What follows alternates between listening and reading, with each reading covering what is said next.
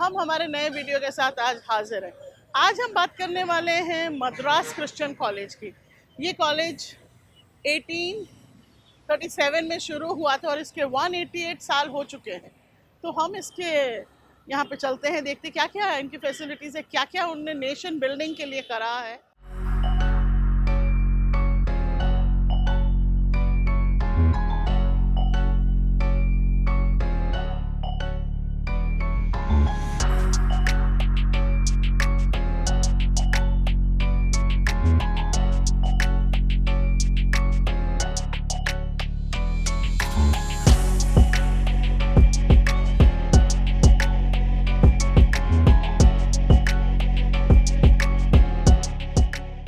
We will speak to the principal of Madras Christian College, Dr. Paul Wilson. And we are very, very thankful that you've taken this time out. Just tell us a little bit about how long you've been here as a principal or how long you've been in the college. Yeah, I've been in the college since 2003. I started my career as an assistant professor here. Then I became the head of the Department of Chemistry and then became Dean of Sciences. And from 2020, I started my career as the principal and secretary of Madras Christian College. Oh. So secretary means we have MCC association. So we have a group of 5 schools and 3 community colleges and 1 extension center we have. Oh, okay. So we have a big association. So secretary of the association and principal of this institution since 2020. And I would say literally we built this nation after independence. Please elaborate on that. Because nation building is a very important thing, and the top economists were sent from Madras Christian College. Probably you would have heard that second president was from MCC, Dr. Radhakrishnan. That's one thing. And then the first 3 finance ministers, 1, 2, 3, they all are from Madras Christian College. So we are proud to build the country economically, using our alumni. That's one thing. And we have a lot of IAS and IPS officers. MCC has been known for producing a lot of IAS officers. Maybe to name a few, T.N. Seshan, the very well-known election commissioner. He hails from Madras Christian College, that too from Saliu Hall. So he used to mention this openly that all my leadership qualities were received from Madras Christian College, that to all of residents that was part of it. So this is how we used to narrate. And M. Rajendran, the governor of Orissa, who was chief secretary of Tamil Nadu during the period of Dr. Karnanati, and during Kamaraji was also the chief secretary probably. So he was also from Madras Christian College, passed away recently. And Vijay Kumar IPS, one was known for capturing Veerappan. So we have a lot of IAS and IPS. Just name a few, I just mentioned representative figures here.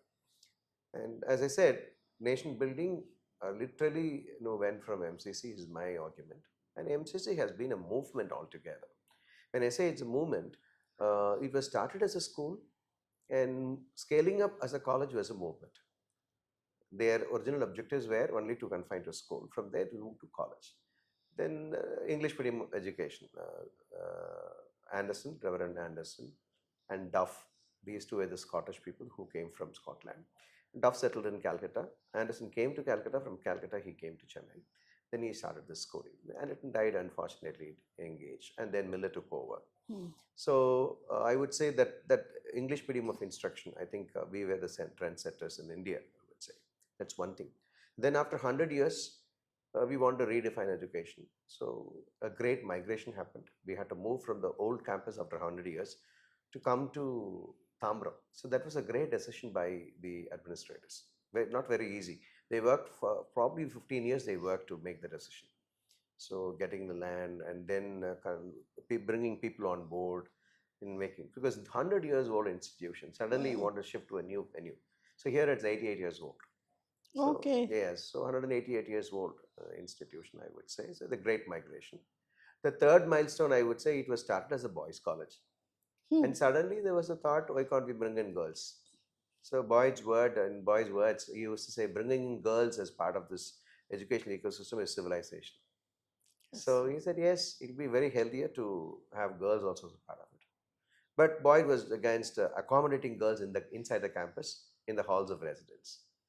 So that was probably dealt with by the first Indian principal, I would say, Dr. Chandra Devanesen. 1968, we built the hostel. It was called as hostel. The first Indian principal was? Dr. Chandran Devanesan, who was the founder vice chancellor of NEHU, Northeastern Hill University. Okay. Yeah. So bringing girls was another milestone into the institution. Became a co-education institution, 1939. Okay. And then bringing girls as part of the campus life for staying, that was another milestone. Yes. You have to put yourselves in the shoes of those people, those times. No? It was started as the men's college and finally it becomes a co-education institution. See, they're all, I would say, MCC is a movement. And that's one thing. And ecumenism, when it comes to ecumenism among Christians, it was started from the Church of Scotland. But Reverend Dr. Miller encompassed, or I would say he embraced all the denominations to support the institution. And that is another milestone. So I would say Bishop Weber Chapel that we have, maybe you can say it's a place where the ecumenism originated, boldly I can say. So the concept of ecumenism, we sent it to the world from here. And if you look into the Google carefully or the literature carefully, the World Missionary Conference, the first one in Edinburgh, second one in Jerusalem, third one in 1938, when we moved from main campus to this campus in 1938, it was held in Madras Christian College. What? World Missionary Conference. Oh, okay. Yeah, it's well known in the literature. So first one was held in Edinburgh, second one in Jerusalem, third one in Tamram. So it's called Tamram Conference. Okay. So these are all trend-setting measures carried out by Madras Christian College. So that's why I would call it as movement. MCC keeps changing, keeps appropriating itself with changing times. I'm told also some of your alumni took part in the freedom struggle with Gandhi. Many. That I cannot recollect it now. Gandhi's close aides were from Madras Christian College. So in freedom struggle, I would say Scots used to encourage our students to be a part of freedom struggle. In fact, they celebrated on the day of independence. They all celebrated here in the same campus, August 15th. They all celebrated. And Scots were very supportive. See, you have to see from this perspective. East Indian Company was completely different. Missionaries were completely different. Missionaries were supportive. They came here only to serve. They did not come here to rule. So I think this is a mistake that people do. They have to segregate these two and see. So I would say Scots were very supportive for the freedom struggle. Right. One of your well-known alumni is also Indira Nooyi. Indira Nooyi and her sister, Miss Tandon, both studied here in Madras Christian College. Indira Nooyi served as the CEO of PepsiCo. Yes. She hails from the Department of Chemistry. And Miss Tandon, the recent Grammy Award winner. Her pathway was completely different from stereotypical scaling up and started his journey as an entrepreneur. And she built her firm, Tandon Associates, Tandon Capital Associates. So Ms. Tandon is contributing to the institution now through the business school. We have MCC Boyd Tandon School of Business. And Indra Nooyi is contributing to the Department of Chemistry and Physics. Okay. Yes, so they're both giving back now. Few crores they've given back. Yeah. In fact, many of your alumni give they to give the back. college. It's a culture. It's a culture. So what happens, behavioral psychology, as per the behavioral psychology, when you try to empower a student and enable him to make decisions, when he goes out, he owns the institution. Yeah, I came as a student in the Department of Philosophy. I studied for 5 years from 1977 to 83, and then from 1985 until 2019, 34 years I was assistant professor and head of the department in the Department of Philosophy. I taught philosophy and psychology all these years. And then after I did my PhD on Dr. Sarvepalli Radhakrishnan and Christianity, a comparative study. So after my PhD, I went to Edinburgh for my higher studies in theology. Dr. Sarvepalli Radhakrishnan, was he also a student here? Yeah, all along Sarvepalli Radhakrishnan did study in Christian institutions. First he studied in Tirupati and then Uris College, Vellore, and from Uris College, Vellore, where he did his FA, he came to do his BA and MA in Madras Christian College. So he was here from the year 1904 to 1908. In those days, college was not here. It was located in the heart of the city, just opposite the Madras High Court buildings in Paris Corner. That's where he studied. He did his BA and MA. And college played a very important role in shaping his life and thought. The college gave a scholarship to him to do his BA and MA, and the professors influenced him. And they introduced him to Western philosophy. And he was interested in Indian philosophy, and he got specialized in Western philosophy. Later on, he became a great comparative philosopher. and also English language. Radhakrishnan is known for his fluency in English language. He was one of the most eloquent speakers, and he gave lectures all over India and around the world, and such a venerated philosopher that he was. So college laid the foundation, and college gave him opportunities even to speak and also publish his writings. He contributed 3 articles to the college magazine. While he was a student, he wrote 2 articles in the Madras Christian College magazine, which is one of the oldest magazines in India. So that's how he went on to become a great philosopher and the second president of India. Right. So now tell us what happened when after you finished your Okay, after I studies here. finished my studies, I started teaching here. And after my PhD, I went to Edinburgh, where I did my theological studies, because the Scottish missionaries, most of them came from Edinburgh. They were also the professors who studied in New College, Edinburgh. They did their studies in theology. So I went there for my theological studies, masters in theology. 1 year I was there, 1997 to 1998. And then while I was a student there, I got into the archives and gathered all the documents related to Madras Christian College. They are all there in the archives there. So after I came back to my college, I got interested to document the history of the college. And that's how I applied for a project, United Board project, and this book was the result. Almost a decade's research, 1 decade of Okay. research we did, and then I titled it Life and Legacy of Madras Christian College, because we want to trace the legacy of Madras Christian College also. It is said to be the 5th oldest Christian college in India, 5th oldest, and the Okay. 2nd oldest in South India after Church Missionary Society College in Kottayam and this one. So 5th oldest college founded by Scottish missionaries. So in this book you find most of the important details about the institution and also its impact on the nation. Tell us about the college history. Yeah, college history. It started as a school, a small school, and then later on it was developed way back in 1837. Reverend John Anderson was the founder. Later on, it was developed into a college by great Reverend Dr. William Miller. He was the principal for 45 years. So he sacrificed so much, and he and his family members invested so much in the college. And that's how beautiful buildings came up in the heart of the city. And he was such a visionary, Sonal. Just after 4 years of starting the college, he appointed professors in the college.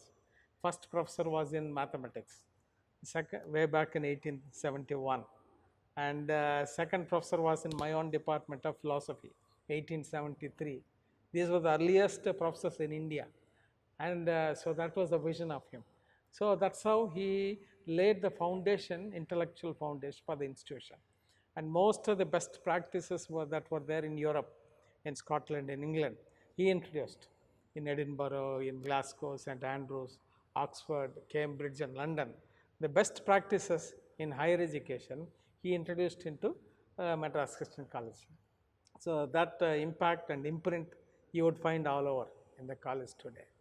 And later on, generations of students studied in various departments, and they made significant contribution to modern India.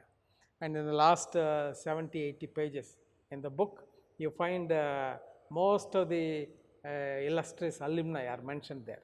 So how they came, what they studied, and what was their contribution. And one of the main architects of Indian Constitution, Radhakrishnan Iyer, studied here. He studied history here.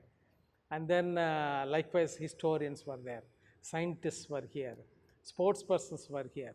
1942, 1948, one student by name Eric Phillips studied here. He did economics. He went to London Olympics. He was a sprinter and he was a Rhodes Scholar. He went to Okay. Oxford as a Rhodes Scholar. So Olympian Rhodes Scholar. So such great sportsmen were also shaped in this institution. So great alumni passed out of the portals and they were greatly attached to the college. Our alumni association, Old Boys Association, is the oldest in India, having been founded in 1891. And it was founded, if you go to The city, the heart of the city, next to Madras Central, we have Victoria Hall, beautiful hall which is being renovated now. That in that hall, our alumni association was started, founded. So we have such great generations of alumni who are so attached to the college, and they send their children, grandchildren. So that's how this legacy goes on. Now we are sitting in this campus. When did this start? This, What happened? Why did they yes, change? it was started on January 30th, 1937. And the reason for that is the college existed as a school in the heart of the city, and buildings were not sufficient. Number was growing, and there were no proper playgrounds. And so missionaries thought we must move out to some spacious area. So they planned for about a decade and then appealed to the government. I say we need a place. We just heard that there is a scrub jungle which was abandoned. Can we take it? So government, recognizing our services to education for about 100 years, they gave this land. This is cellular forest, and we are grateful to the government also for having given this land. And that's how they sold the buildings in the heart of the city, and then the buildings were started here, one after another. So that's how buildings came, and the student number also started growing. 1937, there would have been maybe 600 or 700 students on the whole, but today we have 7,000 students. 7,000 students are there, and there are more girls than boys. From 1939 onwards, girls were admitted. Ours is one of the oldest institutions which is co-education. So they thought we must admit girls also. As I just now told you, there were also girls admitted into the school by Jan Anderson and his wife. So that's how we laid a foundation for women's education in Madras also. Out of that school, girls also went to college to WCC. Women's Christian College is our sister institution. So that's how we laid foundation for women's education. And this is a very unique campus. It's almost 365 acres. So we say 1 acre a day for the whole year. So our campus is a real pride, and we have very many species. You have flora and fauna, very diverse ones. You have peacocks, you have mongooses, you have jackals, and wildlife is very much thriving here. So students and the wildlife all go together.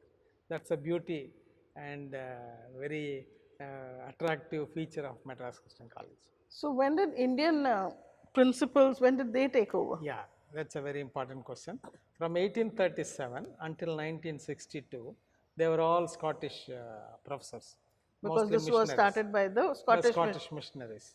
Okay. So only in 1962, the first Indian principal took over, and his name was Dr. Chandran Devanesan.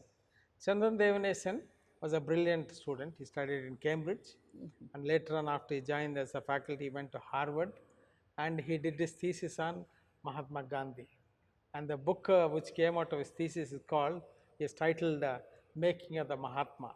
It's a very important contribution by Chandran Devanesan. Tell us a little bit of how the education here has impacted India, and what is its legacy? The legacy is we are a liberal arts and science foundation, and we offered, of course, we followed Madras University syllabus until 1960s. But in 1960s, after Indian principal took over, there were a lot of curricular reforms.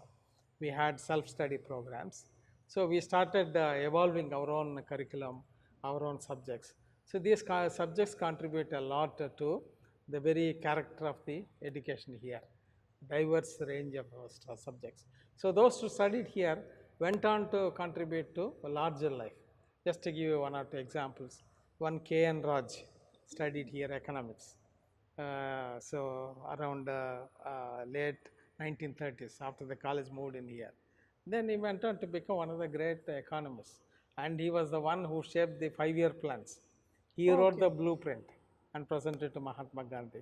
He was associated with the Delhi School of Economics and Kerala School of Economics, great economist who influenced even Professor Amartya Sen. And likewise another Professor C.T. Kurian was a student here, he taught here, and he influenced. Likewise, several examples are there from these diverse areas, how students went out from the portals of this and then shaped the life and character of India and also sometimes outside India as well. I already mentioned about Dr. Sarvepalli Radhakrishnan. So likewise, there were several others from all these areas of life. The Department of History maintains the archives here, the college archives, which we call it as MCC archives and special collections. Because apart from the paper documents, we have some special collections also, like the very old typewriters and manual calculators and other things.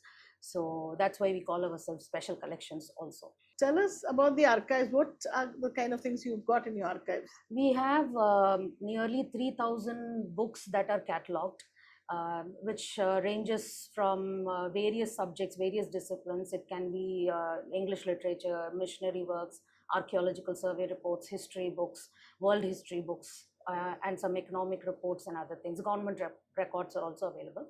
Our main possessed collection would be the college magazines, Madras Christian College magazines, which was first written in 1883. And the first volume Published, you mean? published in 1883. It was monthly, so it comes nearly 900 pages, and it's amazing research articles that comes on various subjects. So it goes from 1883 was the first magazine, as I said, and 1891 comes the first college calendar. The calendar is like a handbook that the student holds, and that will give us a lot of information on how the education system was, the courses that were offered, the staff who were in office at that time, and the scholarships, the prizes, all that will be there. And then the amazing part the calendar also had was a list of graduates, which was also along with the calendar, and that stops somewhere in 1920 as the college graduate list swell. They couldn't bring it in the calendar, so they brought part 1 and part 2 calendars, and then they stopped in 1920. So these are our main collections. We have a lot of photographs with us, original photographs that we have. It is in albums or it's individual photographs that are also maintained. So these are mainly our collections. So apart from teaching history, you are also maintaining the archives. Yes. Okay, you have digitalized the archives? We have digitized the entire college magazines from 1883 to 2015, which is available. And the college calendars are digitized till 1950. 1891 to 1950. There are also some letters like the Miller handwritten, not the letters actually, the Miller handwritten manuscripts, which he wrote as a student in 1850s. That is available with us, which is digitized. We have some very old records, the college letters and papers that are also digitized. तो आपने देखा किस तरह से Madras Christian college ने nation building में कितना अपना योगदान दिया है. आप हमारे वीडियोस पे कमेंट कीजिएगा, लाइक कीजिए, शेयर कीजिए, डेफिनेटली सब्सक्राइब कीजिए. धन्यवाद.